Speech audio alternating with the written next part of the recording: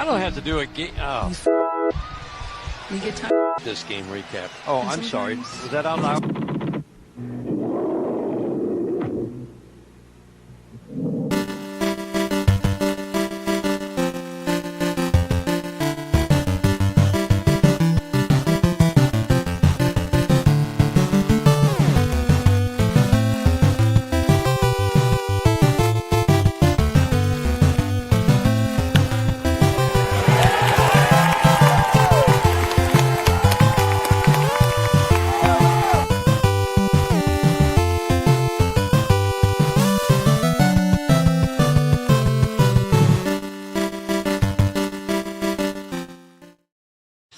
Welcome to another episode of the Tigers Manager Report podcast, presented by FanDuel. I'm Rogelio. Alongside me is Chris Brown and Brandon Day, and you can find us on Apple Podcasts, wherever you listen to podcasts. And right now, I don't know where you're at in Michigan, but there's starting to storm over here. So Sarah's always convinced that we're going to lose power.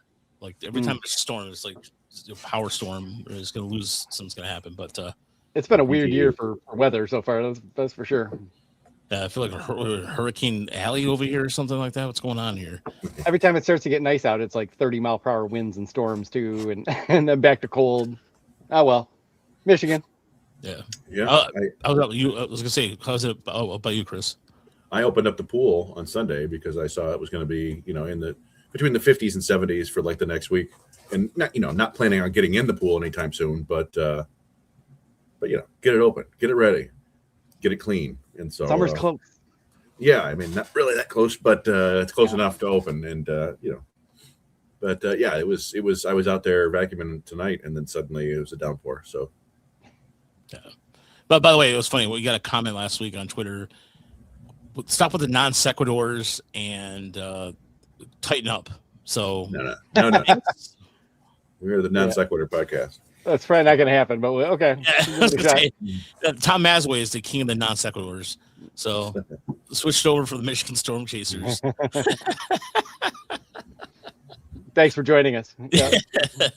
But plenty got a front coming in. I was gonna say plenty. Yeah, there's a front coming in. That's the Tigers bats. Hey. Yeah, there we go. Plenty to get to. The Tigers with the sweep. The Toledo Hens. Toledo Hens showing their power as well. Erie is in the middle of a kind of a lack of power. Tigers picked up more bullpen arms because why not? There was two more signed over the weekend. One that signed today, a former top 15 prospect, and the Lakeland comes down to earth after being world beaters for a little while, and that was kind of an interesting fallback. But I wanted to give a moment of silence to Bill Gardner, who passed away at the age of 76. He had cancer. The former Tigers manager who really is like, for those who remember, he was the first manager at Comerica Park, and he was the last. I believe he was the last manager under Randy Smith. I believe. Yeah, he and Randy Smith got fired 6 days into the 2002 season. Yes, that's correct. Yeah. But he's also known for being a great Pittsburgh Pirate. He was in a Houston Astros. He was just a good utility player. Hens mentioned how he was very welcoming to him in Houston, and scrappy. It was scrappy. It was scraps or scrap iron, I think. Scrap iron. Yeah. Legendary mustache. He got a raw deal here when he's the Tigers manager. The team he had. Yeah. I mean, the best team he had wasn't even comparatively speaking to some of the teams he had with the Brewers, who. I mean, by the way, he was managing the Brewers during one of the worst logo eras of the Milwaukee Brewers ever. Do you guys remember those mid-'90s jerseys they had? The mid-'90s logo? That was terrible. Yeah, it was a bad look. Yeah, they had got that was like right after the Mariners had switched their logo, and people that was the hot, the new hotness was like, we got to switch this up, and we'll put some gold accents in or something like that. And I used to have hats back then, and I bought one of those Brewers hats because I was like, it's new. And then, I didn't wear it. Yeah, because you don't like hats. I bought an Ottawa Senators hat. I was like, this is going to be the new thing, and of course, it was not. I was a San Jose Sharks guy. That was because I love. Yeah, I mean that was the thing. Like teal was all the rage, starting in from like the Hornets, like '88 or so, Yeah. And the Sharks were one of the first teal teams, and so that was the big thing. And I was like, the next teal is going to be black and red and gold, the Ottawa Senators. And no. I don't remember the 90s as a very tealish decade, and yet, yes, in sports, it took over and even got the Pistons there for a while. Yeah. Oh, yeah, the teal era of the Pistons. Everybody talks about how they love the jerseys now, and I was like, no, I knew nobody. I knew a single person liked those teal jerseys. Nobody. Not at the time, no. They were late. That was like way too late for teal for them. That was like 94, 95, something like that, maybe 93. But my dad was already passe. My dad had a teal Ford Probe in like 1980. It was outstanding. But yeah, the Deadly Ninja Bees points out here the Marlins have 6 runs for the Braves. I don't think they scored that many in 3 games against the Tigers. That would be correct. I believe that is the case. More interestingly, though, is that the Twins are up to something completely godless and untoward. I'm sure. I have no doubt about it. They beat up on Skubal, they beat up on Valdez, and then they just lit Garrett Crochet on fire tonight. 11 runs in like 1 2/3 innings. Kreidler hit a home run off of him. Right. So they're up to no good. Obviously, there can be no other explanation. There is some sort of voodoo magic in, maybe Prince has, rest in peace, Prince, or something. The Prince factor, the Prince factor, whatever you want. Maybe they drink some purple Kool-Aid. I don't know what they do over there, but it is. Look, that Twins team. Maybe they're tipping pitches. I think they lead the league in most challenges. Every pitch they were challenging almost. It was annoying. That Twins Tigers series was so annoying because the Twins took forever. I felt like every game took forever because the Twins were constantly challenging everything. Yep. Yeah. I don't know. It's been weird. There's something weird going on. They've hacked PitchCom. I don't know what it is, but we'll find out eventually. Just like we eventually found out about the blowers in the old Metrodome. Yeah. And then the guy's like playing dumb. Like, I had nothing to do with it. Oh, okay. Yeah. But no, either way, the Marlins right now up 7-4 against the Braves in the top of the 6th inning. As the Pirates off to a really good start, 15-5 over the Nationals, and the Pirates have the second best rookie in all of baseball because Kevin McGonigal had his first home run yesterday in a Tigers uniform and hit the ball to right field, and it was good to see Greg Gagne on the call because Gagne also called one of his home runs in Erie, so full circle moment for him.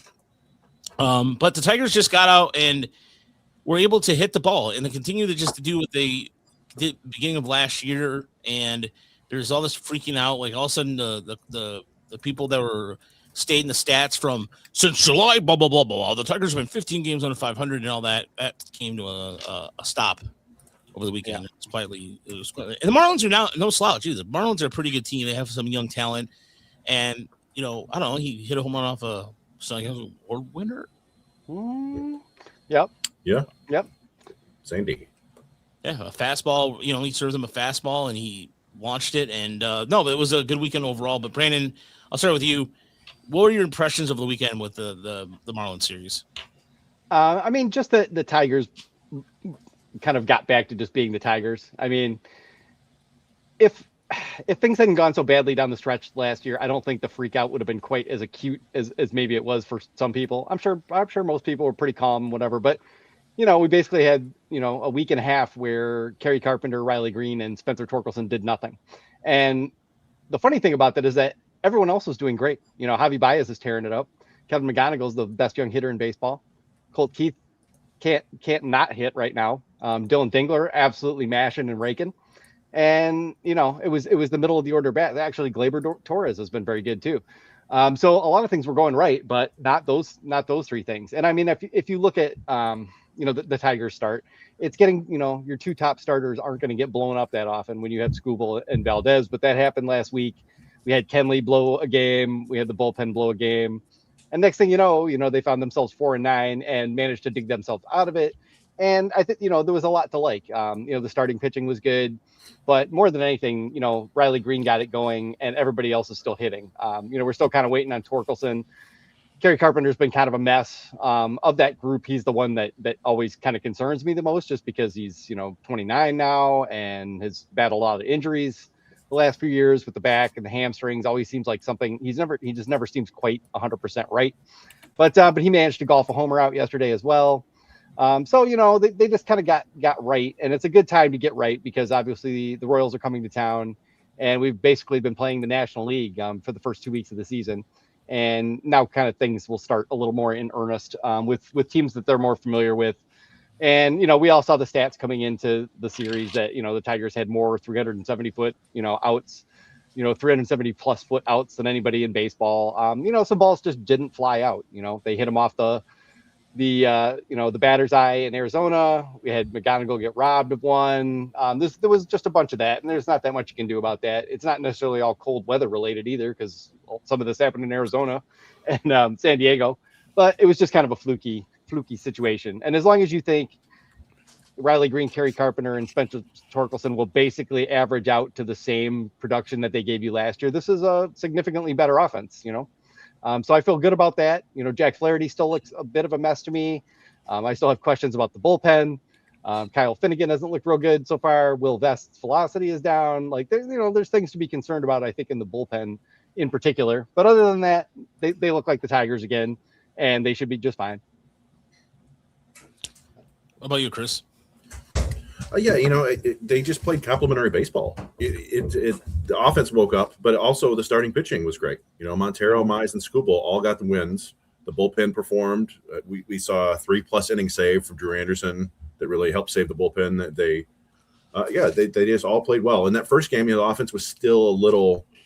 They kept hitting the ball hard off Paddock because it's Paddock, but it kept going nowhere, going into gloves, and it was super frustrating. But they won 2-0. And then the offense woke up. And so, it's one of those times where I kind of wish they didn't have a day off, but whatever, it's early season baseball. Teams have ups and downs, and they had some strange downs for the suddenly resurgent Twins who will go back to sucking soon. It's just a matter of time. Except for Taj Bradley, who I agree with in the comments, is looking pretty good. Picked him up in my fantasy league day 1 of the season because somebody dumped him. Somebody dumped Jordan Walker. I'm living large right now, boys. What? Oh, they gave up on Jordan Walker's 23, and people are giving up on him. I was like, I think he was available in our league too. I didn't get him quickly enough, but it's funny. There's this old, old thing, but people always say, "Oh, don't trade with the Rays. They're up to something." And every time the Twins trade with the Rays, it works out great for them. Yeah. They got Griffin Jacks was a very good reliever, but he's been pretty bad since he got to Tampa. And Bradley, I understand they were kind of frustrated with Bradley he was just inconsistent in Tampa. They couldn't get him right. And so far he looks great. But Joe Ryan has been a great starter for them too. And I think he was a 9th rounder or 10th rounder in the 2018 draft. He was picked shortly after Skubal. So kind of wild to get pitchers like that late. But anyway. And now scouts are looking at water polo teams all over the country. Who's the next Joe Ryan? Yeah, it's Malik Cordell from the Michigan Wolverines. But I don't know.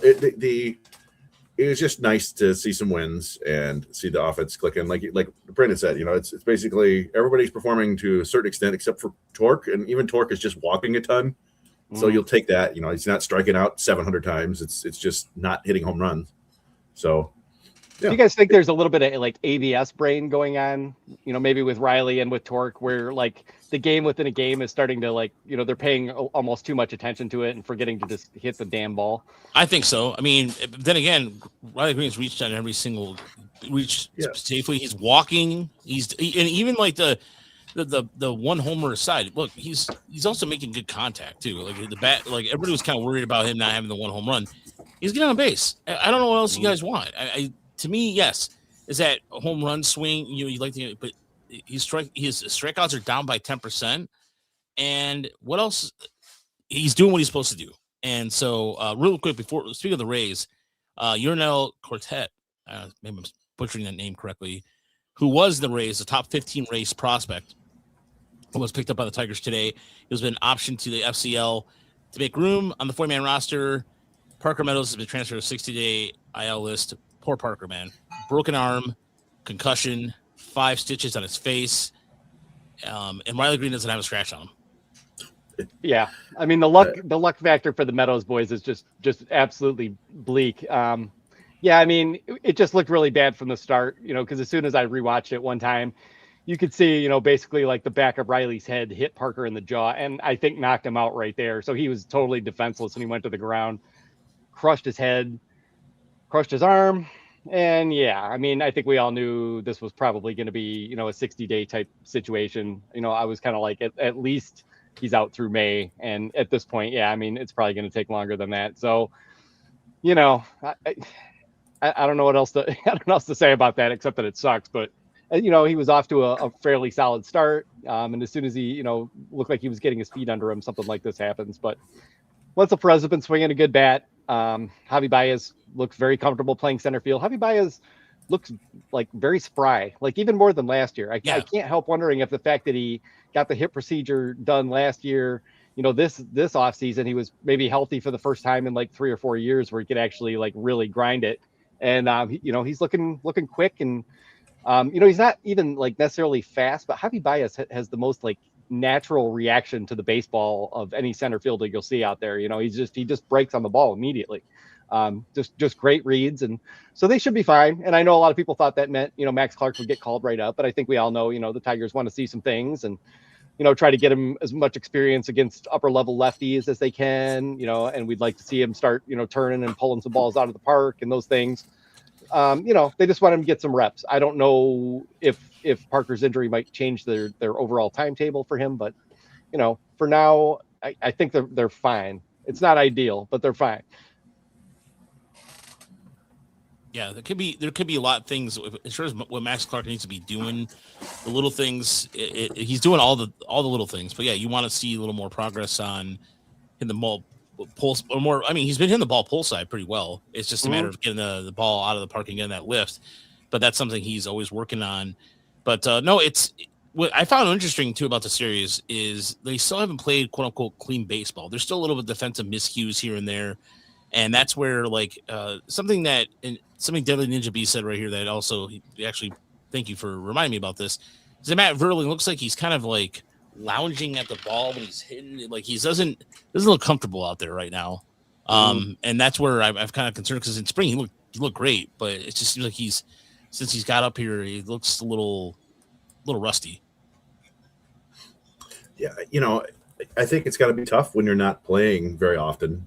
And he hasn't, they haven't played a lefty yet. They finally will this series, I believe, right? Yeah. So, we haven't seen anything really from Vierling. He's gotten some chances. He's gotten more chances than Jahmai Jones. But, Vierling does have a home run. He's got one more homer than Torque. But, it's, this is your starting right fielder, 2 years ago? He's now relegated to a bench role, and they've had a hard time finding spots for him. And he's not going to play much third base because they've got Keith and McGonigal. It's I don't know. I don't think that there's anything crazy to worry about there. Matt Vierling's a solid big league player. Like he's a McKinstry level player, and generally speaking, the less you have to play those guys, the better. But also, it's hard for them to produce when they're not playing that often. Yeah. It kind of goes to the whole thing about the Tigers is that they're just stacked with average players, in a lot of respects. They've got a few above average players, obviously, but, all the way down, if Matt Vierling ends up playing for you every day, he's probably fine. But can he handle a role like this? He's not really like a guy with stark splits, in his career either. So he's not, like some dedicated lefty masher the way Jahmai Jones is. But Vierling, has some tools. He's quick. He's a reasonably good outfielder. I'm just not sure, like how if the bench necessarily fits what they need at this point. Now that we know that McGonigal is 100% in there and you're missing Meadows, it's a little bit of a messy, like hard to fit some of these guys in the way that you need to fit them type of roster right now. And, they're going to roll with it for the time being. But, you'd love to be able to trade for a good right-handed hitting outfielder right now. Bringing Wenzel up is fine. But if you had Austin Slater, you might actually feel better about playing a guy like that right now, too. So, you can't forecast something like that. It's just an unfortunate injury for Meadows there. But, yeah, Vierling barely played last year. Wasn't healthy when he did play, and it might just take him a little while to get going. But I've never been a big fan of the swing in general. But when he's not on time, he looks terrible, and that's that's just kind of part of it. So hopefully he will get on time. We're gonna have a lefty tomorrow, but of course it's Cole Reagans, so not necessarily an easy task for anybody. But you figure Jones and Vierling will figure more into this series one way or the other. That turncoat Austin Slater, leaving and then breaking up no hitters. Couldn't wait even a couple weeks, in the minor leagues for us. No. Yeah. It's a good opportunity for him, especially the Marlins, who had the Jacob Marcy, who was the Allen Park native. That was funny. It was born in Dearborn. I'm like, yeah, everybody's born in Dearborn.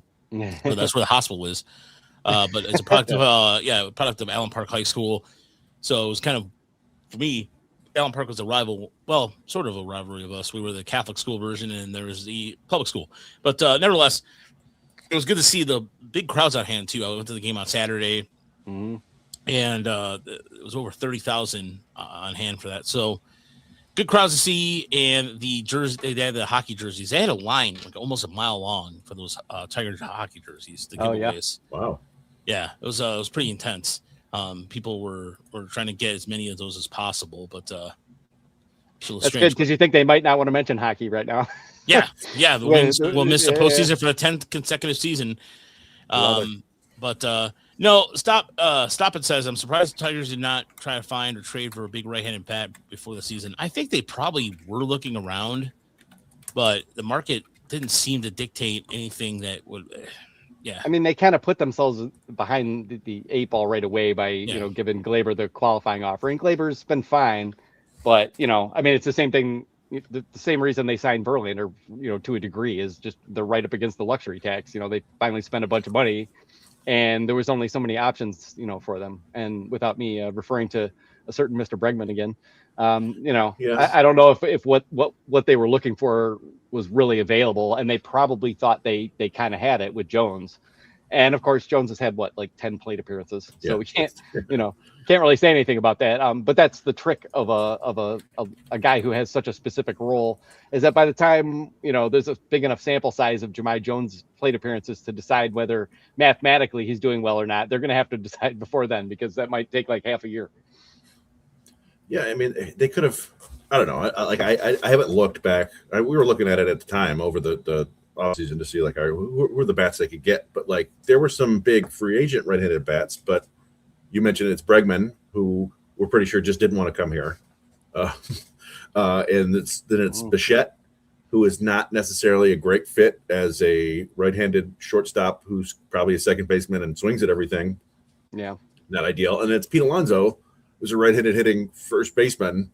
And you can kind of already have somebody sort of like that. Obviously Torkelson hasn't been as good as Alonso, but it's like, what are you going to do there? So it's just, they try to make the team better in places where they could obviously upgrade. And that was with the pitching, it's getting Framber Valdez and Kenley Jansen to add to the bullpen depth or whatever. So, it would help to have more right-handed bats. Who knows? Maybe at the trade deadline, they'll be able to make some sort of move.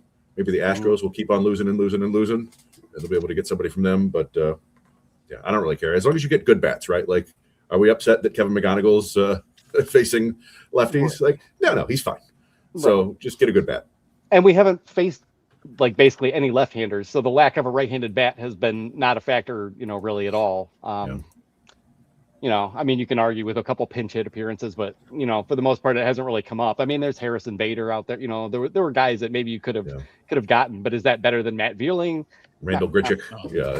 Not really. Maybe because we haven't seen Vierling healthy in a year. But yeah, I mean, I don't know that there was a, without really going nuts, I don't really think there was something out there. And I don't care about the luxury tax necessarily. I do care about getting their draft pick compensation just absolutely borked. Because I'm not all or nothing this year. I probably like you guys, we're looking at a farm system stuffed with athletic power hitters, and thinking the Tigers are going to be a pretty good positional group for a really long time, and they're going to have to figure out the pitching, and something's going to have to happen. But I'm not like, oh my God, nothing matters after this year. The Tigers die after Tarek Skubal leaves. I don't feel that way. So, I just don't think there was really that great a fit in a right-handed bat out there. Yeah, I mean, I think the Tigers did what everybody acts like the Tigers didn't do much, but they did spend on pitching where they needed it to. So it's just a matter of perspective. I don't know I started that word, but it's the one thing that is certain about the Tigers right now that I definitely can see being a potential issue is just overall health of like the back end of the bullpen a little bit. What I mean by that is just because I feel like if one thing goes wrong in the bullpen, like one injury kind of throws off the balance a little bit. Yeah, you have Jansen, you have Vest. Vest is not. I think with Vest, hearing some of the talk in the locker room the other night, he's working on a slider, fastball. It's a matter of time before the velocity was a little bit, but they're not really concerned about it. It was just him working on a pitch, and same thing with Finnegan trying to work on a slider more. So they're working on a couple of things, but I'm just concerned that one injury in this early part of the season, where right now you have Cleveland's off to a decent start. Again, Minnesota will start losing by 13 here and there. They have to. I mean, their bullpen, by the way, is really these names. Like, who the hell are these guys? Like, I was texting Christine trying to see, like, who the hell is this guy? Yeah. Well, yeah. Did you send me the tweet that somebody put out that the Twins have managed to put together a bullpen where nobody throws over 94? Yeah. Like in the year 2026. Yeah. It's crazy. But they all have like a funky angle or whatever nonsense. Yeah. Yeah, they got some long German sounding names, Funkenberger and just Neuerson. Oh, good. Yeah. Funderberg, yes. Yeah. Wunderberg, yeah. Welcome to the Thunderdome. Yeah, I mean, it's like a here. deep, it's like a deep group of relievers without like a killer, other than Vest. Like Vest, was what, like the 12th most valuable reliever in baseball last year. Mm-hmm. So as long as Vest is Vest, you're pretty good. But yeah, they don't really have anybody else who's like, intimidating or gonna like put you on your back heels too much. And we can hope for Troy Melton. You can hope for Jackson Jobe later on, or someone pops up, or Ricky Vanasco continues to throw strikes somehow. I mean, there are options, but yeah, I'd agree with right now that it's kind of that way in general. If the Tigers have a bunch of pitching injuries, they're pretty borked right now. There's just not too much, to draw on right now at the AAA level. Yeah, I mean, most teams are. It depends on the year. Yeah. You look at I mentioned the Astros. The Astros were on a 6-game losing skid. They still have one of the best offenses in baseball, but they have zero pitching. It's Hunter Brown and like nobody. Yeah. So it's just tough. So you just try to hope for health for the most part, and hope that you built up enough depth for your Yoniel Curette type relievers, and we'll see what happens. But yeah, I mean, if you think about last year, like, and try to imagine like what was the bullpen on May 1st. Like, I don't think anybody's going to come away from their recollections with like, oh yeah, that bullpen was pretty good. Like, I mean, they got it done with like Brisky and Vest, and Tommy Canley was good for a couple months, and they pieced some things together, but it's a better unit than that one. I'll say that much for them. But I understand why it doesn't inspire a ton of confidence for a lot of people. Yeah, especially because like you look at the Mud Hens in a quick second, but matter of the I was going with the train of thought with this on. Oh no, I remember now. The fact that they keep signing arms is kind of like going, okay, well they're still not content. Yeah, they're signing all these guys. They signed.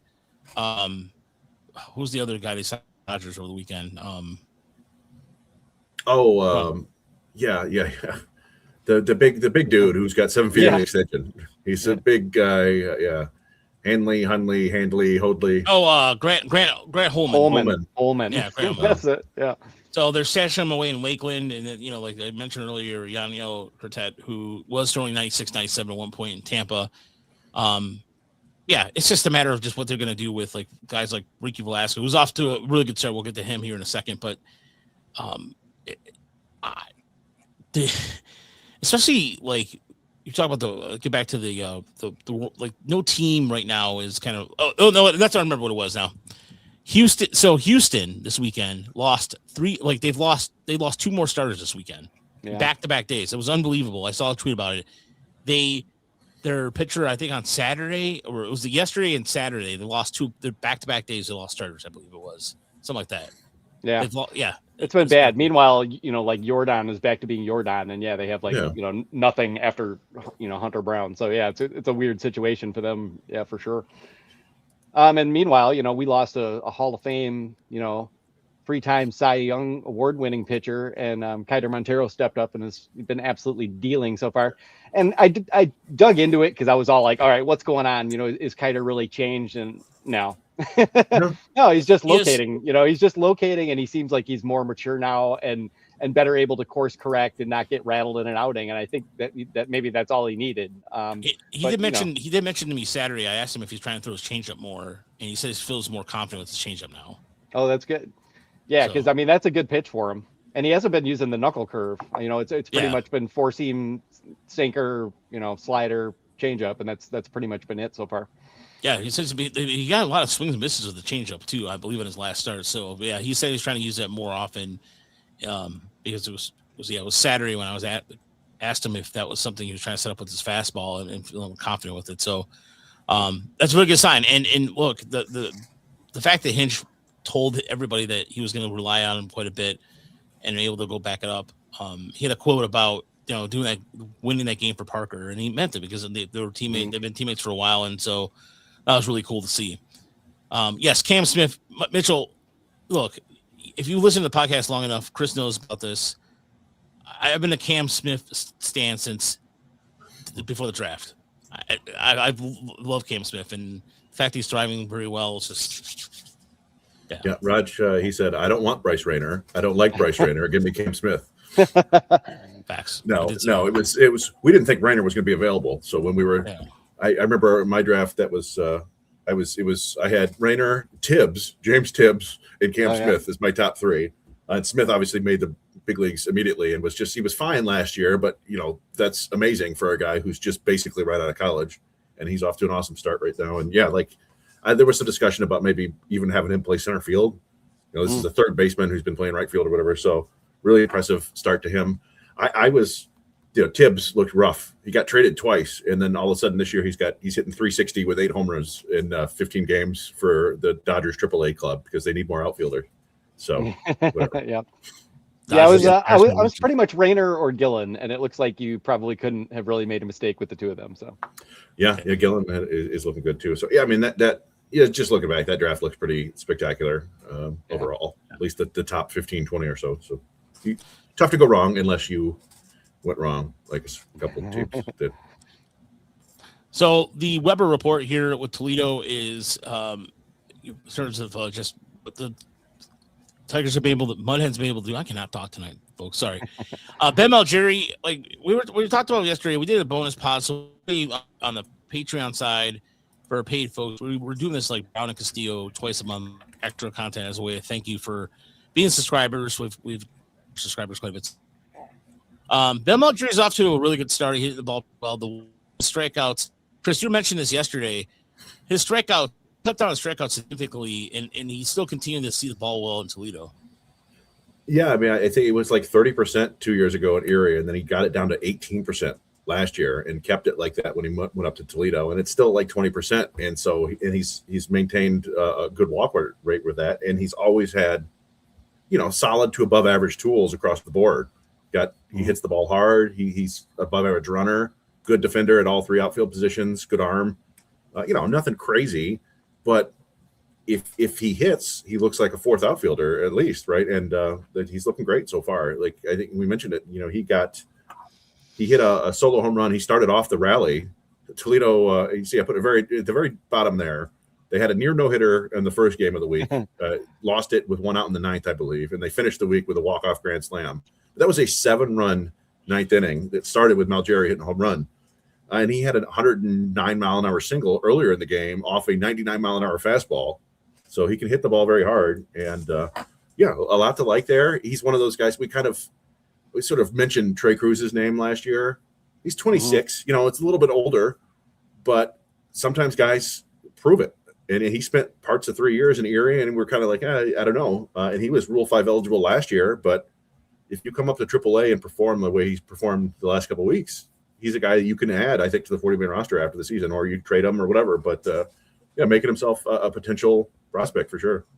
Yeah, he's one of those guys that, you don't think are going to hit. And so you kind of don't talk maybe enough about, his defense, the fact that he's got some speed and got some power. And then all of a sudden he starts to have some success at the plate. And you're like, oh, this is a guy who can do a lot of things for you if he hits enough. Even if he's like a lefty hitting, outfielder, he's just there to hit left-handed pitching and, something like that. There's a role for him there. But the Tigers have quite a few of those guys, like Valencia coming out of nowhere last year, Trey Cruz, and we're going to talk about Gage Workman, who was always like the general of the tools, the secondary tools. So I'm not falling for it again. We're not. Yeah. I don't want to believe, but he isn't striking out very much. And, we all know Gage Workman can play on the left side of the infield. He's got some speed, got, plus power, but, until he sustains a very tangible change in his, strikeout to walk ratio and all that, it's hard to get too excited. We've been there before. The Cubs bought on it last year and, didn't work out for them and probably isn't going to work out for anybody, but you needed to call Gage Workman up to play third base for you for a week. Yeah. Well, you'd be fine with that. That's all right. Yeah. I mean, he's a viable replacement level player for sure. Like I think back to, I think it's 3 years ago now, Raj, when it seemed like he was having his breakout in Erie and you wrote a story about it. Somebody else wrote a story about it right after you did. It seems like it happens like every year. There's like a month where like, oh, he's figured it out. And then whoops, 1 for 19 with 18 strikeouts. I wish that he could hit better. It's like a 20 grade hit tool, unfortunately, because everything else is really interesting. We've talked about it forever and ever. Yeah. Like Brandon said, like if there's an emergency or something like that and you need help, he's the guy who could totally help you. You just don't want to rely on him batting in your order every day at the big league level because he'll hit like 160. Yeah. He could be. He's a Colorado Rocky. I mean, like honestly, like the way the Rockies are lead the league in strikeouts. Yeah, I mean that is the kind of like the kind of player they're trying to stockpile right now is like the late possible semi breakout type.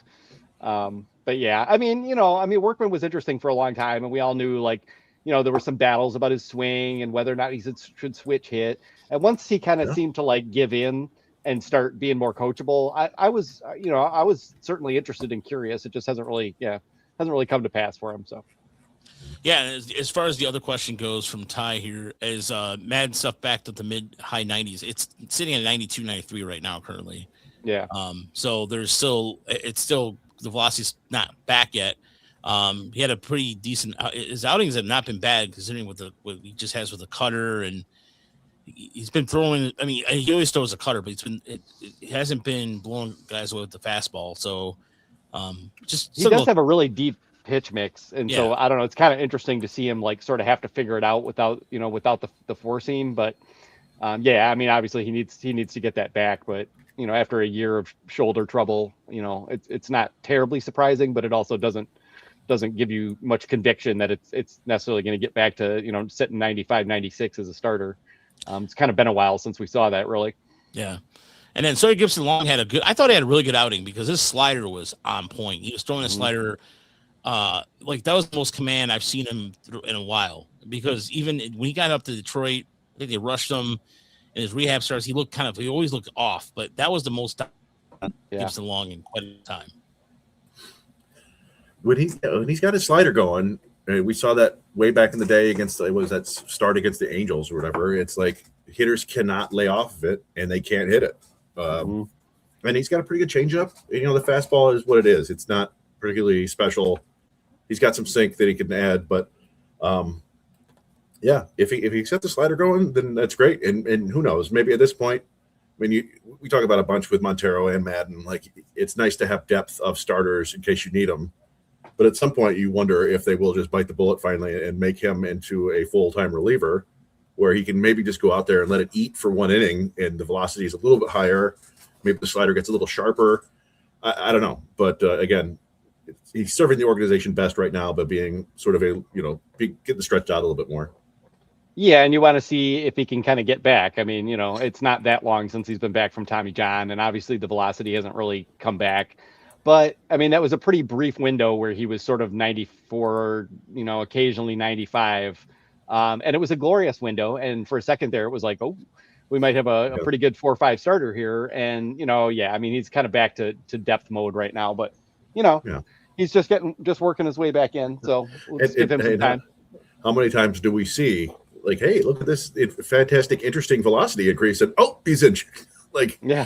Happens. Sorry to I've dropped 2 opes already in like the last 10 minutes, but it's tough. We just see it a lot where it's starting to look fascinating, and part of the reason the velocity is up is because something's getting a little stretchy in there. Yeah. So, something's getting a little too stretchy. Yep. Were we surprised that Dylan Smith got traded for cash? I mean, I wasn't so surprised that Dylan Smith got moved, but I kind of thought there might be other options than him. But he's just sort of like such a prototypically average stuff guy that I think they just finally decided there just isn't that much upside there. Yeah. We talked about this a couple of times when it happened. It just, the life of a right-handed middle reliever is very tough because there's so many of you. You're just the most common thing in baseball, and Dylan Smith's another guy that had a brief velocity spike at the beginning of last year that started to look really interesting, and then we haven't really seen that since. He's got a couple good breaking balls. He's got an interesting split change, but at the end of the day, it was like, well, it's just kind of an average mix, and I don't know what you're going to get for him. I think they basically got cash because he's got options, so they were able to the other team can stash him in the minors and work on him. But the Tigers pick up 2 other relievers that they want to work with, and this is just kind of the cycle of life for fringe relief types. That's exactly my point, right? Like these guys are readily available. Like Curette was a top 100 prospect to some places a couple of years ago, and now he's readily available as a reliever. So it's unfortunate. We like Dylan Smith, and hopefully he finds success. But it's we've seen this before with Alex Faedo and Mason Englert and any other number of relievers. They kind of just time for them to go, and they hopefully catch on somebody else. Yeah, and it's always interesting when that happens too. To like look at I'll look at other sites once our guy goes somewhere else like Englert, and they see the same thing that we all wrote about. If he can tweak this and if he can do this, but it's just like, will he ever, and that's always the question. But it is interesting to kind of see like the cycle of them moving from one team to another, and each fan base being like, well, if they can, like we've been there, brother. We've seen the same thing, but good luck. But yeah, Dylan Smith, great dude. Wish him all the success in the world. Hopefully he does well. Be cool to see him break out, just not too much. Yeah, especially because the Giants could use another arm or two to supplement themselves. But I do like what you said here as far as like the Tigers could trade more. Tigers could trade more. I mean, it feels like they're just not very active and never are going to be. There's an element of smogginess there, and by smog I mean the dragon from The Hobbit, right? Like where they're just collecting all the little gold pieces they can. And they don't want to give them up, and instead of maybe trying to make a trade and something that helps both teams, they're just like, nah, we're good. But we'll see what happens at this year's deadline. I hope you hope that they're still competitive in the race. But I did somebody earlier in the chat did ask if there are any good promotions coming up now that we're here for Erie UPMC soon. And so I was looking it up. There it is, Adam Ripley. Any good promotions coming up? There is an Erie ice cream bucket hat coming on May 2nd, Saturday. Yeah. The first 1,000 fans. And then there's a military appreciation. You get a green baseball there. What day is that? Saturday, May 16th. And then the big one, I think, that people are going to be into is the Moon Mammoths. Saturday, May 30th. The first 1,500 fans get like a little bobble trunk Moon Mammoth. I think that'll be big. But, you can always just go online and check out the promotions. We don't, if they put something on Twitter, we'll retweet it, but it's not the sort of thing that we like go digging deep for to find out like, hey, this is your promotion that you want. Although you did find that there was that McGonigal bobblehead one for the Tigers. Yes, I did. So yeah, there's a one of our I get affiliate emails all the time about like if you wanted to we get a certain percent of if they click on the link. So if you click on the link on our Twitter, I'll put the link here. If you buy the McGonigal bobblehead, a few bucks go back to us. So a little thing to do. I am going to Erie this weekend. I'm going because just to get to so Jason and the crew invited me all out there. So, Jake, we're gonna Jarvis. We'll talk about Jarvis a little bit later because Jarvis is leading the International League in hitting right now, and steals, and 30 steal. No, but Erie, there's some. There's one stat line I wanted to mention here because it's important to. I think it's important to mention this. That is one of Joe Miller. Joe Miller is pitching in Erie for the first time. The velocity is increased. I still think, and I'm going to talk to him. I want to go down there. The bottom line is the reason why I'm going down there is because I want to see what Joe Miller his velocity is and what he's sitting at. Because I think there's something there because the strikeouts are up. He's not a strikeout pitcher, and now his strikeouts are up. And so that's that. When I look at that stat line, 4 innings, 5 hits, a run, 3 walks, 5 Ks, that's somebody who I think is in the process of figuring things out. And I don't know if that's too much of a stretch. But, I mean, if you look at the rest of the stat lines for the week, Andrew Jenkins, 1 for 18, walked and strikeouts. Yeah. I'm trying to find some optimism here. Well, I mean, the optimism is Brett Callahan, more assists, more dingers, not striking out too much, adapting reasonably well so far. But, of course, this is 7 games. So I'm happy for my guy that he's off to a pretty good start. Peck's been struggling a little bit, but we also did see Peck against, quite a bit of upper level pitching in Major League camp, and he held his own pretty well and definitely looked improved. But yeah, I mean, until, they get Lorenzo back and until they get Briseño back and until, some of the pitchers move up and we see Andrew Sears and Jake Miller, it's just a little bit of a wasteland in Erie right now. And I'm sorry to the guys on the team. It's not like, you're terrible or anything, but there's just not a whole lot of super hot prospect action going on at the moment. Joe Miller, has always had command and knows how to pitch. So, if a guy like that suddenly gets 2-3 more miles per hour, that's a viable lefty right there. So hopefully, we'll have to give it plenty of time and see if he can kind of sustain that. But that is an interesting development for sure. Kenny Sora is the most asked about pitching prospect we have in the system. I don't. God. Yeah. What about seam shifted weight, guys? Yeah, that's cool. It is cool. But and here's another thing too. As far as Simon Simone goes, he's off kind of that was a much better appearance. But what I like about Brett Callahan, there was a question here. Mitchell said, is Callahan the third best outfield prospect behind Clark and Chris Rodriguez? I think Malgeri. I think I would put Malgeri then Callahan. Yeah, I mean, Malgeri's not really a prospect anymore, but I mean, he's a little older, but yeah, I mean, he probably is number 3rd. I mean, you could go Randy Santana, if you want to go young. So Callahan's 24. So the fun thing for me this week, I happened to be in Baltimore on business, and I looked it up, and my hotel was 15 miles from Bowie, which is where the the Chesapeake now Bay Sox play, and they were playing Erie. So I went down there on Tuesday. Yeah, I don't remember what day it was. I froze. Tuesday. I was incredibly cold, but I went down there to watch it, and yes, it's kind of a tough watch. But Brett Callahan's dad did come up and say hello and introduce himself, and we talked about baseball for a bit. He said, "I heard you guys in the podcast. You said you want parents to come up and talk to you," and I was like, "Yes, we do. It's awesome. We really appreciate it." Yeah. And he was pointing out, my criticism of Callahan has been that maybe he doesn't. I'm a little bit worried that he might not be able to hit lefties. And he was like, I was looking up his splits, and he was actually better against lefties. I'm like, all right, okay, fair enough. But it's good.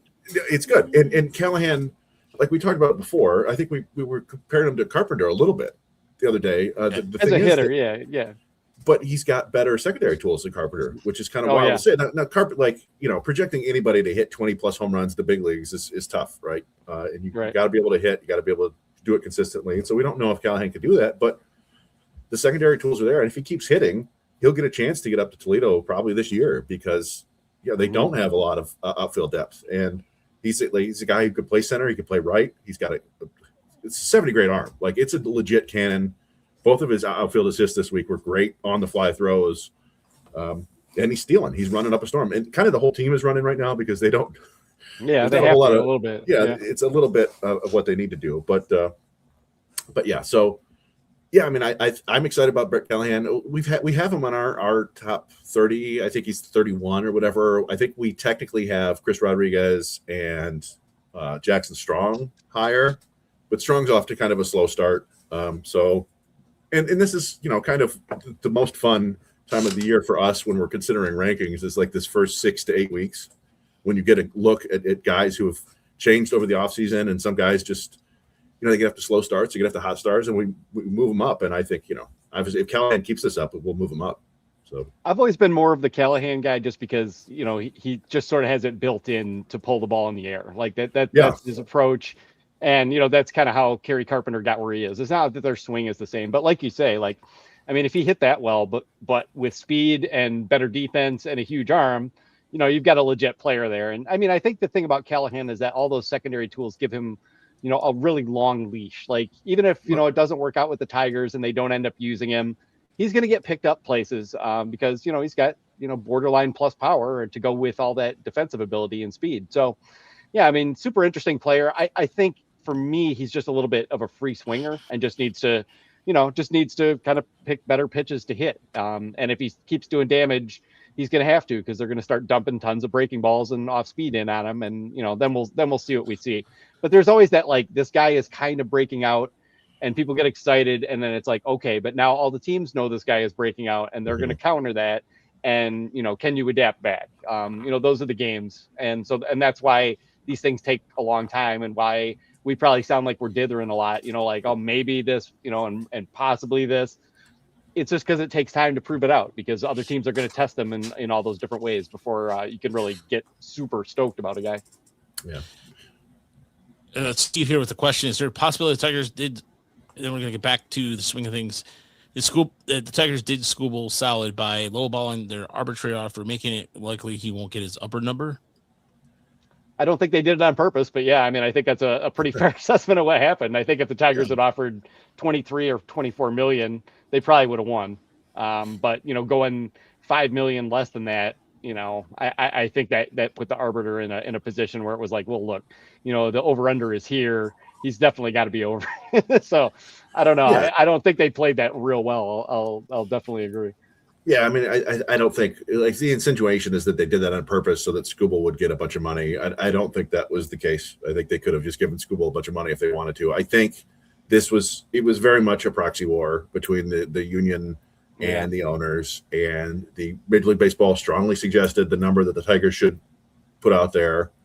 And they probably told the Tigers, this is your argument. You're going to make your argument based on history, right? And nobody else has gotten this money. And then Skubal had all the arguments otherwise in his favor, and there it went. So, yeah, and Scott Boras, that's what Scott Boras, does those kind of, did that specifically. That was all about setting up for the CBA.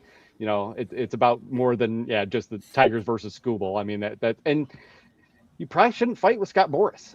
Is there a smarter guy in sports? Do we think Rob Manfred is sharper than Scott Boras? I don't. No, I think Scott Boras probably has a front office worth of underlings who would be better at running a team than probably 80% of the front offices that are out there. That's all he has to spend on. His expenditures otherwise are low, so he's got the personnel. Oh, no problem, Steve. Appreciate the question. And also, I get to mention this. Scott Boras has better scouts than some baseball teams do. He has. They're paid better, and he probably has more, right? You think about it. I don't know what a standard agent fee, right? 5%, 10%. I don't know, what is it? Who knows? Scott Boras. So you get Tarek Skubal. You're getting $3 million from this one client, right? That's crazy. And none of it matters, right? Because Skubal doesn't seem to be upset about it at all. He's pitching. He's Tarek Skubal. He had the rough outing against Minnesota, but otherwise he's been awesome. The Tigers don't seem to be upset about it at all. They just, it's that weird sort of business. They go, all right, whatever, move on. We'll sign Valdez for $38 million. Mm-hmm. So. Yeah, I think the only thing it really plays into is, if you're on the side of not thinking that Scott Harris is very good at all this, and is, I think objectively they've done a brilliant job drafting. I don't think you can argue with them on that score. But in terms of managing rosters and trades and all that, I haven't been very impressed. And I guess you can spin it that way too. But you know, I don't know what they were told. I don't know what the league told them. I don't know, the machinations that go on with something like that go beyond just Skubal versus the Tigers either. So who knows? Yeah. By the way, the much as like Adam, you're welcome with that. We tend to just it allows people to give a what's going on. For us, I like going back and watching the clips or posting the videos because, like, for example, props to Tigers Truck Oil for giving us Witherspoon's second start, but it just allows us to kind of slow. Sometimes what I'll do is I'll watch a clip and I'll slow it down like 4 or 5 times to do an analysis or what have you. And like that's what I was with Miller. I went back and watched the start. I should have posted the start. I should have done that. Well, Joe, I was going back and grabbing Joe Miller's start, but Bowie used to have the worst camera angle in the Eastern League. It was behind home plate and on the roof. They now have one in center field, but it's so far offset. Yeah, it doesn't have velocity. So I'm like, you could get a little bit out of it, but generally speaking, I like it if you can get behind home, like behind the pitcher. Like West Michigan doesn't show velocity, but you still have the behind the pitcher view, so you get a better idea if the feel of pitches or the movement. So I grabbed Elisalt's recent start too. I just haven't put it up yet. But honestly, for me, doing that is a lot of it is just kind of helps me scout the pitchers, right? When you take it and you look and you're able to cut it up and look at their pitches and look at the sequencing and look at the location and stuff, you get a better idea of what kind of prospects they are. So I'm glad somebody we don't get a ton of watches on those. They get like 150.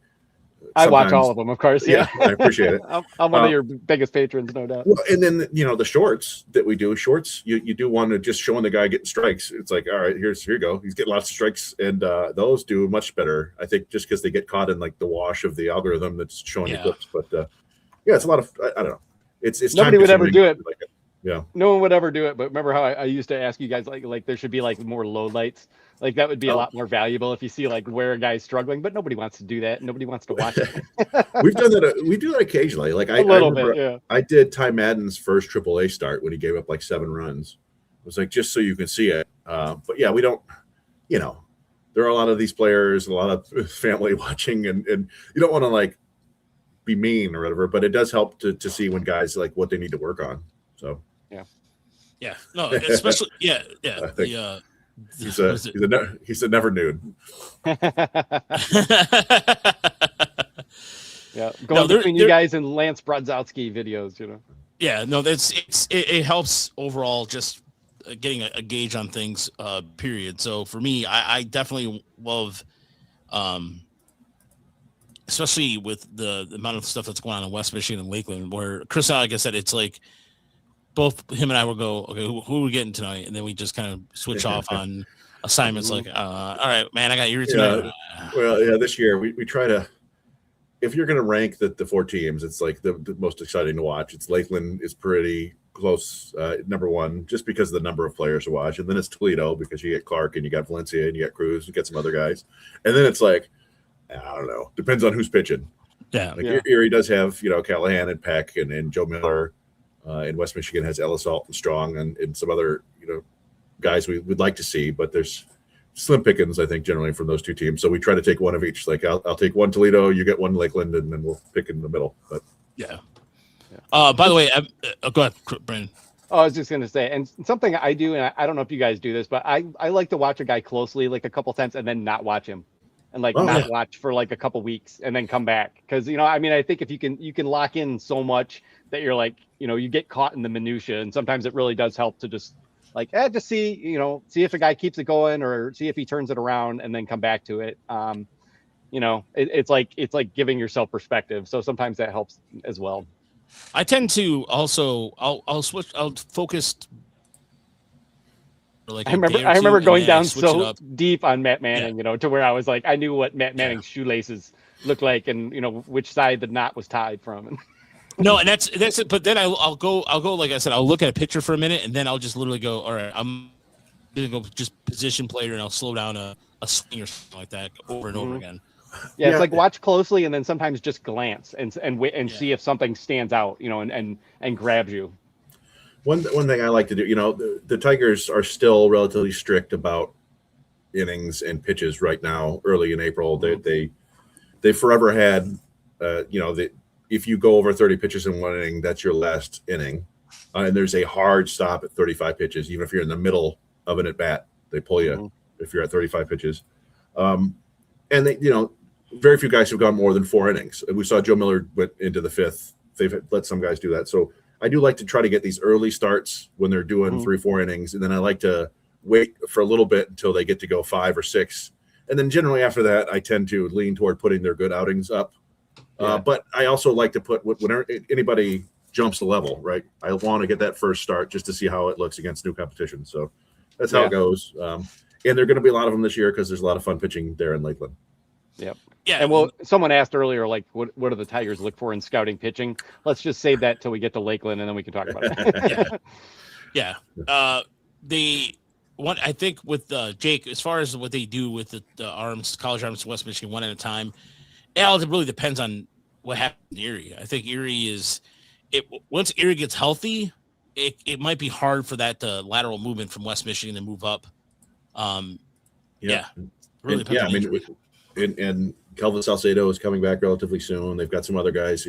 Like you said, Sears. When Sears comes back, Jake Miller will come back at some point. There will be some more.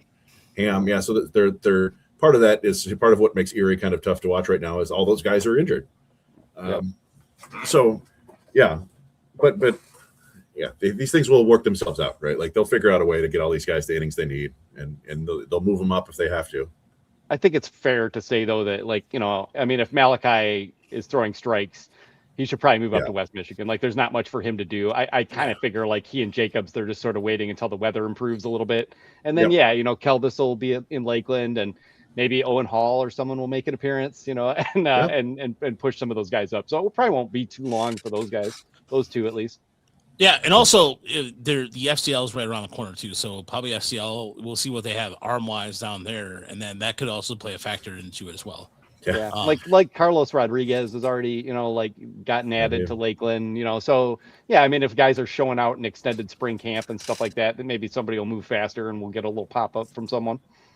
Yeah, and those guys tend to pop up out of nowhere. Like Rodriguez and Wakash both showed up. What a great name! Yeah. He's roommates with Salcedo, as we found out. Oh, right on. Yeah, they're buddies.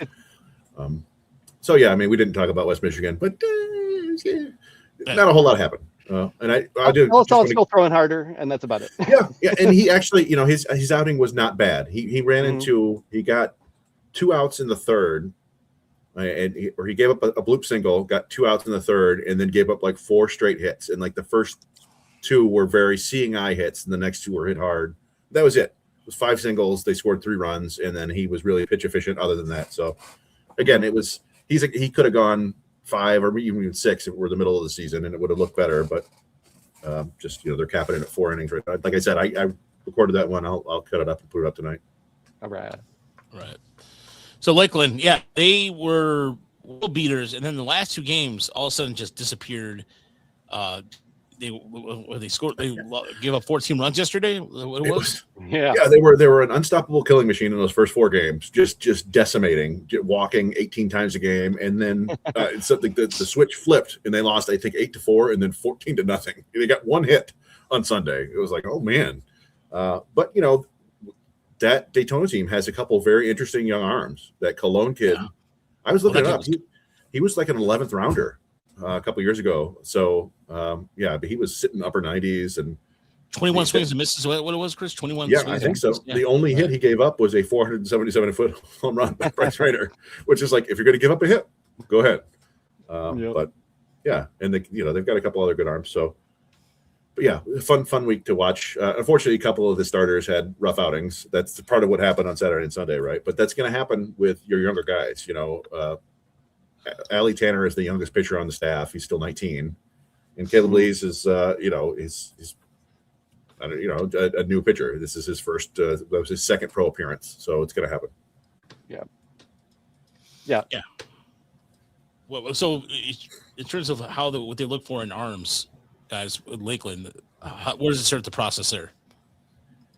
Well, I'm interested to hear what Brandon thinks about this. I will say that the main thing that I've come up with is that there's not one thing that they're really looking for. They're looking for unique traits guys who do something differently than and it could be one particular pitch, it could be an arm angle, it could be spin.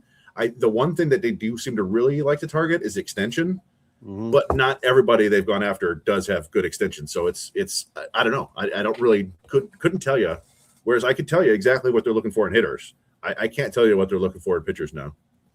Yeah, I mean, that's kind of what I would say as well, is that it's kind of a grab bag. Like, they want a guy who has like 1+ pitch and that they think they can figure the rest out on. And we do see them leaning into extension with guys like Elisalt. And obviously we've talked about that all the way going back to Manning and Gibson Long and some of those guys that, they like extension. If you don't, but it's kind of like balancing factors. Like if you don't have a big fastball, but you have extension, they might take you. If you have, velocity and extension, then they might love that. There's some tendency toward cutting 4-seamers a little bit that I see. They obviously like, teaching guys splits, and some guys that they're taking have a split and come here with one, but they've tinkered with a lot of those guys. So yeah, I mean, I really think they're looking for like athletic, like coachable guys, who have enough of a physical presence to think that they might be able to throw hard enough. And, I mean, there's all those things. Like, I mean, if you love a guy that has a high spin rate on at least one of his breaking balls, and they look for all those things. But yeah, I don't see any sign that they're, and I don't think it would work anymore to be like the Rays were for a while, or like, the Astros, like all high 4-seamers and, power 12-6 breaking balls. They did that thing, like really, really leaned into that, a very specific kind of paradigm of pitchers for a little while, but you have to keep changing. And yeah, I mean, I think, they're looking for guys with different arm angles. They're looking for value too. I think they look at a guy like Malachi Witherspoon and think like, yeah, there's a lot of risk there. There's, relief risk, there's injury risk. But at the same time, he has major league stuff already. And, if he happens to figure it out, maybe everybody else undervalued his ability to put it together. So it's kind of a grab bag. And, I mean, it's kind of easy to argue with the Tigers because obviously they've also heavily focused on getting really, high end prep arms. And that has gone, pretty miserably so far.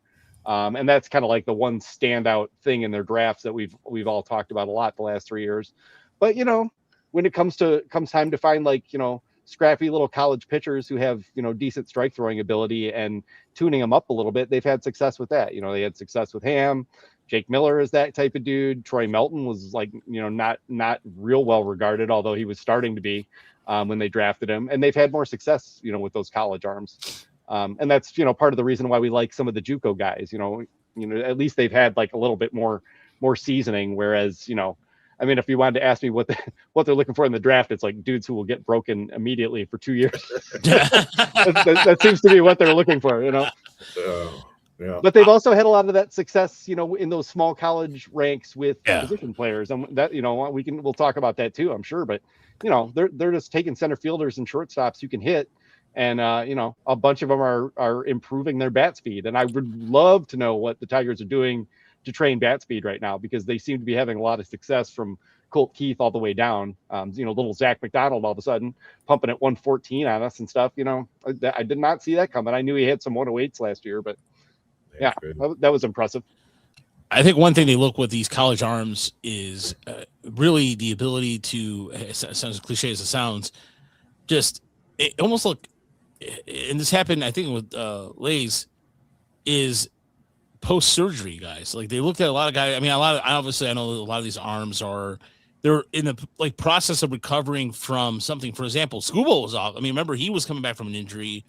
And then they were able to, once they commit to these guys and they look at them early on, they stick with that. So, River Hamilton, like they probably knew that TJ was coming, and that's an arm I think we all really like, but it's saying to ourselves, okay, well, he's not going to be pitching for us until 27 probably. So. Yeah, I think there's an inherent risk. A lot of that is an inherited risk that they are just being loyal to because they're scouting is like, hey, this is, especially the Northeast too. The Northeast, they continue to, like, the amount of pitching the Tigers get from the Northeast is astonishing to me. Yeah, nobody else is looking there. Yeah, exactly. Like, yeah, that's what I'm saying. Like, it's, it's completely different from a draft profile from 10 years ago. I'm sorry, Chris, go ahead. Well, no, it's not even just pitching, right? It's Goodman was from Northeastern. Callahan was from St. Joe's. Northeastern liked a bunch of our tweets today, Chris. I don't know if you saw that. Who else was there? Was another, Well, and then Oliveto is, Mel Jerry's from Northeastern. Yeah. So they've gone, they're finding players up there. So that's good. Good on the area scouts up there. But yeah, it's fun. Just about every game, it's fun. You're going to see some interesting guys. We talked about this a little bit last night, but we could just run through Bryce Rayner. Obviously, hit that monster home run. No walks and 9 strikeouts is not good to see. It's a strange thing right now. A lot of people have pointed out his swing doesn't look right. His load is a little bit weird. He's got a big leg kick. It's not necessarily messing him up in terms of, hitting the ball hard. He's still hitting the ball very hard when he hits it. There's more swing and miss, and there's just less swing in general right now. And I don't quite know what's going on. The only thing I could think is that he's just not fully comfortable swinging the bat at full effort. Other than that, or he just wants to see as many pitches as he can, but it's odd. I pointed it out. It's 7 games. Let's just keep that in mind for everybody. But his final at bat yesterday. Now it was 14-0, and maybe he didn't care anymore. But he took 5 pitches, didn't swing once, and 3 of them were right down the heart of the plate. And it's just I don't. All right. And so I don't know. I don't know what it is. To your point, Brandon, yes, it is 7 games, and you don't want to make too much about that at all. It's just a strange kind of early season phenomenon right now. Yeah, his called strikes taken is up 8.5%. His swinging strike rate is actually lower than it was last year, even though the regular whiff rate is a little higher. But it's just he's just kind of standing there waiting for the perfect pitch or something. But I don't know. He's been out of it for 10 months, and I'm not exactly sure if he's just having a little trouble pulling the trigger or what. But the one pitch we did see him connect with, he hit harder than any Tiger in the StatCast era has ever hit, which was kind of staggering. It's absolutely absurd for a 20-year-old to do that. And I mean, bonkers. His swing hasn't changed that much. To me, the kick is a little bit bigger and he's a little bit more bent over, but he's always kind of done the low drag. And I don't know. And people talk about this a lot, right? That swing's not going to work or whatever. But there are a number, as long as you can find a way to be on time, right? It doesn't really matter what the swing looks like. Now, obviously, more hand movement and more stuff like that, it's going to make it harder to be on time. But if that's been your swing your entire life, and you're still connecting with velocity, and you're not swinging through breaking ball, sure, whatever works.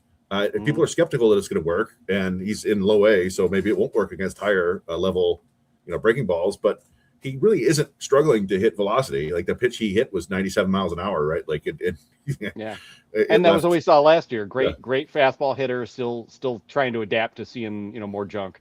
Yeah. So. Early, still a very exciting prospect. He's playing in the field some. He shaved his head, so stay cool this year.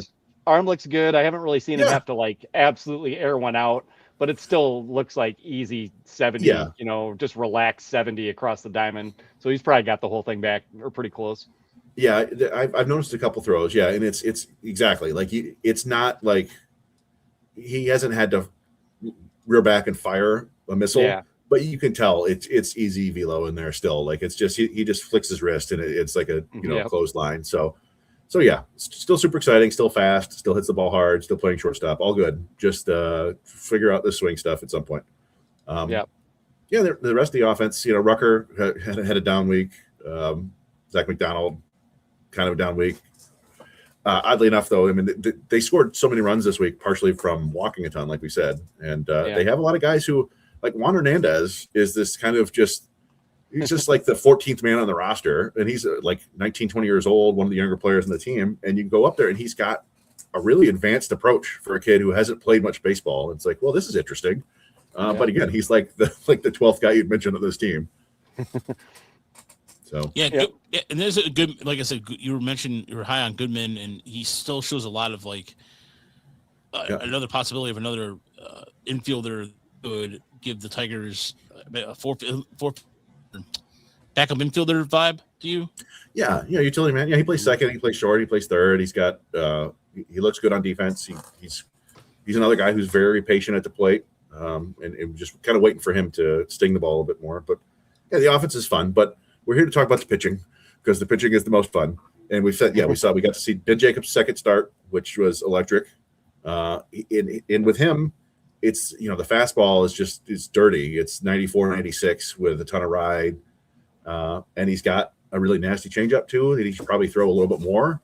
And he's got some breaking balls. Like, he's got the whole thing. It's just a little bit more efficient with your strike throwing. And he's also seems like like in the first inning, he got a strikeout and he was like screaming and like stomping off the mound. I'm like, yes, low A, get into it, man. Like, this is good. We need a guy who's just like amped up. So that was cool to see.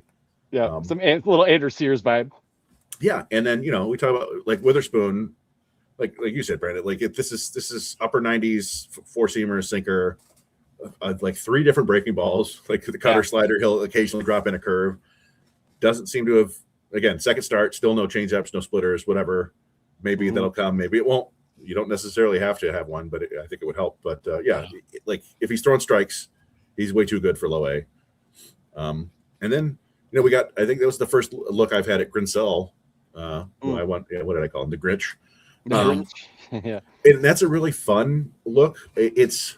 I don't know if you guys both watched that too, but it's like, that sort of unusual over the top angle from a lefty, and then with like a pretty nasty changeup, and the fastball, it's like 90, 92, but it's one of those ones where you can see the hop on it. Like, you're like, that looks harder than it is. So he's a guy that I worry about breaking balls from that arm angle, and maybe he ends up as a reliever down the road, but it looks like it'll work, at least for a little while. Yeah. I think he's at least interesting. It does sort of not look starter-ish. Yeah. And he does kind of like from that arm angle. Yeah. I mean, it's tough to throw anything that really moves horizontally.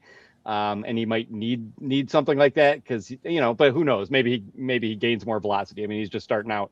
I like Lee's arm. I think Lee's got kind of a whip and an interesting pitch mix without really anything dominant. So he's fine and could develop, but all these guys probably are more like, future, lefty reliever types, maybe spot starter types. But Jacobs looks really good. In his junior year, he was struggling to kind of maintain that hop on the fastball, and his IVB was all over the place sometimes, and his command was sometimes all over the place, and probably that hurt his draft stock, but he's been dialed. And I mean, it's like 18, 19 induced vertical break. He's got a pretty flat plane. He's got a pretty good changeup. And I mean, actually the slider is a little like, I think in my scouting report, I kind of was just like, average, but he's broken off some pretty good sliders too. So he's definitely interesting, throws plenty of strikes. And as soon as his command, maybe, honestly, he should be at West Michigan anyway, but as soon as his command, perks up, he's probably ready to move into the upper levels fairly quickly if things keep going well. And we've talked about Witwiska before. It's really fun to watch him. His velo bump is very impressive.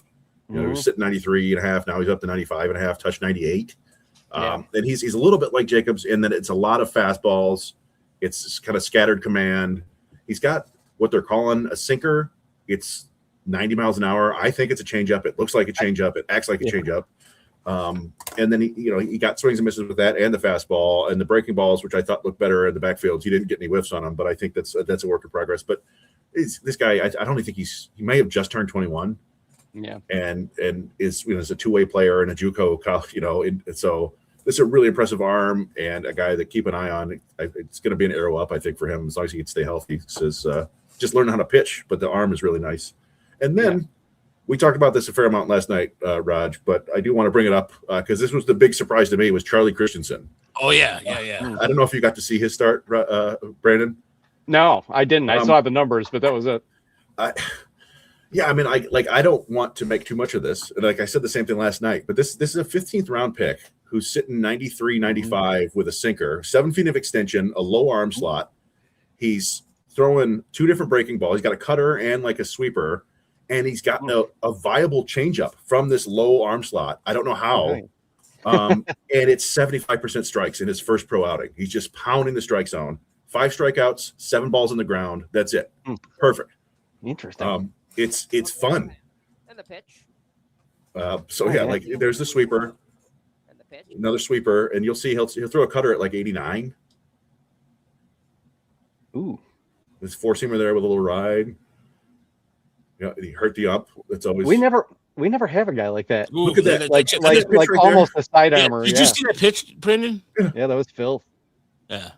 Oh. And so, yeah, yeah, I paid this guy no attention, to be honest, until I saw the numbers come through. Look at that. Like this 88 mile an hour change up splitter thing. I don't know how he throws it from that arm slot, but it works. Like I said, like I get. Oh yeah, I'd love to see the grip on that thing. What the heck is he doing to make it do that? Yeah. I get a little wary, right, of guys with funky arm angles at the low levels because a lot of these hitters just haven't seen dudes like this. But like that's a starter's mix and strikes from that arm angle, and it's relatively like it doesn't scream reliever. Delivery to me, like it's a long arm swing or whatever, but he's pretty smooth. Yeah, like it was a lot of guys who are like that are really tight, like Malachi in particular. Yeah. Like it's kind of a tight. Like I'm squeezing this thing. He's slinging it in there pretty well. Kind of reminds me of a John Schreiber a little bit. A little bit, like I think I said, like Tanner Colehap kind of is what I thought about too. My initial thought was like, this kind of looks like Brady Singer. Like but he was a first rounder. But at the same time, like he's throwing, like I said, he's not throwing a ton of fastballs, but there you see, it's like consistent 94, 95. Yeah. So yeah, like I said, I don't want to make too much of the one start, but he has our attention. Yeah, for sure. Like for a 15th rounder. It's just pitching is so good now, and like the average exit velocity on the 7 balls in play was 68 miles an hour. Yep. So that'll do. Yeah, that's pretty damn interesting, actually. So, I've been going deep down the new pitching rabbit holes because every year there's more new ones, and I mean the thing that just keeps happening is that they're just getting faster and faster at like teaching guys new pitches and just trying stuff. It's interesting hearing older pitchers talking about, like how, you just couldn't do it, like there would never be time to like work on a new pitch unless you were pretty convinced it would work. And now, now guys are getting biofeedback in, 5 minutes and like kind of halfway dialing stuff in one bullpen and like taking it into games. So, it's just always interesting to see someone who does something unique like that. Yeah, that's a pretty interesting arm angle with that stuff. Mr. Christensen. All right. Yeah, I don't really know what to, like I said, like you don't want to make too much about one started low A for a guy, but he was a small school like Central Arkansas, and again, 15 years ago, sitting 93 to 95 was like a plus fastball, and this is a 15th rounder, so I don't know. It's just kind of odd, and but like this again, they have like 7-8 arms down there that are just fascinating. Allie Tanner, we talked about, another guy with ton of ride, ton of spin. Good velocity, really spins a breaking ball, has a good splitter. 19 years old, just needs to throw strikes and get more comfortable. But so we asked for pitching. They have a whole bunch of it down in Lakeland. We'll see how many of these guys can stay healthy and how they keep pitching as they get up higher levels. But this is what makes Lakeland so fun to watch this year. Is there's so many of these guys and they're all interesting in one way or another. Yeah, and we should get Kelvis back soon, which will be exciting. Yeah. And within a week, he's throwing bullpen this week too. Is he? Yeah. And then we just hope, like somebody, Owen Hall, one of those guys, like, finally pulls it together. Yeah, that'd be awesome, especially because just one breakthrough would be fantastic. Yeah, could really use someone to pop, and could really use like Andrew Sears and Jake Miller to get healthy and like start working their way up, so we have some options in the second half this year. Yeah, something to watch. But thank you so much for watching us this evening. Thank you for listening online.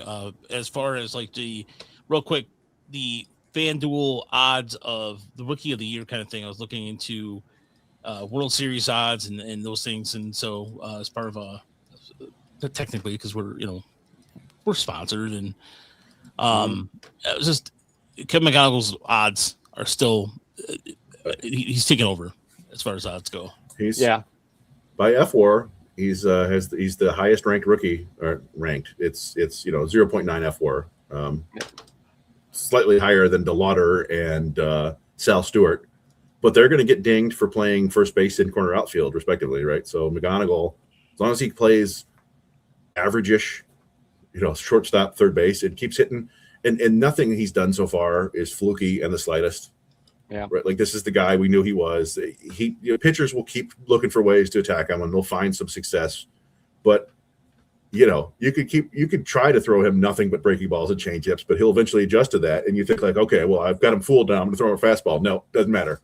He can see 800 straight curveballs, and you throw him a fastball, he's going to hit it 110 miles an hour. I don't really think that I don't think he's even scratching the surface. It's not like one of those things where you're like, oh, is this BABIP related? Is he going to cool down? No, I don't think he's like really tapped into it yet. I think that homer might kind of free him up a little bit because I think there's going to be a plethora of home runs from the kid this year, probably still 20, 25, even after, not hitting one for the first 15 games or whatever, or 14 games. The power is going to come. I mean, he's everything we dreamed of, guys. Plus 230 to win odds. Plus 230. I mean, like we've looked it up several times in the past, like the best rookie years ever for Tigers players. I think it's like Dale Alexander and Austin Jackson and a couple other people, and there's like 5 WAR. And I don't know, McGonigal might, want to, he's got to stay healthy. He's got to keep producing. But if he does, if he's the player he is right now, it's like a 7 win player. Yeah. More viewers than the WNBA draft. All right. No. Yeah, I mean, I think he's on like a 9 WAR pace right now. So I mean, obviously you don't want to extrapolate that. I need more, but I can accept that, I guess. Maybe he's Mike Trout. Maybe it is a 9 WAR rookie season. Yeah, we're talking about Lou Whitaker, Alan Trammell territory. There was a stat I pulled up the other day. Doubles, he has 6 doubles in 16 games, and that was more than I think it was like since Brendan Bosch. Oh yeah. Well, so yeah, and what's interesting is he was a absolute doubles machine in West Michigan last year. He was hitting a few home runs, but it was like a double every single game. And then he got to Erie, and then it was just a ton of home runs. And part of that's the part of it's the league. Part of it, I think, was him really leaning into that, pulling the ball in the air. And we saw Clark do the same thing when he got to Erie. And I think it's just something that it only makes sense. Like you get more comfortable doing it the later on in the season. So maybe you get attacked more, right? Like you come up to that level, and they're like, oh, I'm not scared of this kid. And they're like, okay, well, after a couple weeks, you might want to rethink that. Yeah. He's scared. He ain't scared of nobody. But thanks so much for watching. Thanks so much for listening. If you're not a Patreon member, we just put out a newsletter this morning. Covers all the teams, including the Tigers, and we put some video on there. It's free for everybody. So if you sign up, you become a Patreon member. Bam, it's right there. We also have some paid content, including Jerry's pitcher profiles, where Jerry breaks down every pitcher after the game, and there's some StatCast data in there. We're doing a little bit more video in there, so it's content galore. I mean, we put some stuff on the website, don't get me wrong, but Patreon is where we're figuring out the juice. We're figuring out the sauce. Yeah, you like it a juice. You like it a juice. Trying to find those ways to balance, the things. Yeah. Yeah, sure. Perfect balance. Yeah, it's the balance of things. And also, thank you for subscribing. We're over 3,000 subscribers on YouTube. Yeah. Continue to like and spread the word about us, and let us know that. Let people know, hey, we got more views than WMA draft. So there we go. Put that on the banner. Yeah. Put that. I did have a good time. If you want to go over to Bless You Boys, there's an article there where I just kind of like gamed out like how we can keep Cater Montero starting for like weeks until Justin Verlander. Until that gets forced. So there's plenty of ways they can do that. So you don't even need to read it. Just trust me. Yeah. Trust me. Go ahead and when we don't do the minor league recap, Brandon does a really good job over there as well. They have a fantastic crew. So blessyouboys.com, tigersmlreport.com, and our Patreon. So go to Tigers minor league report, I think. Yeah, I'm getting there. Tigers ML report. Tigers ML report. Stay classy, everybody. Have a good night.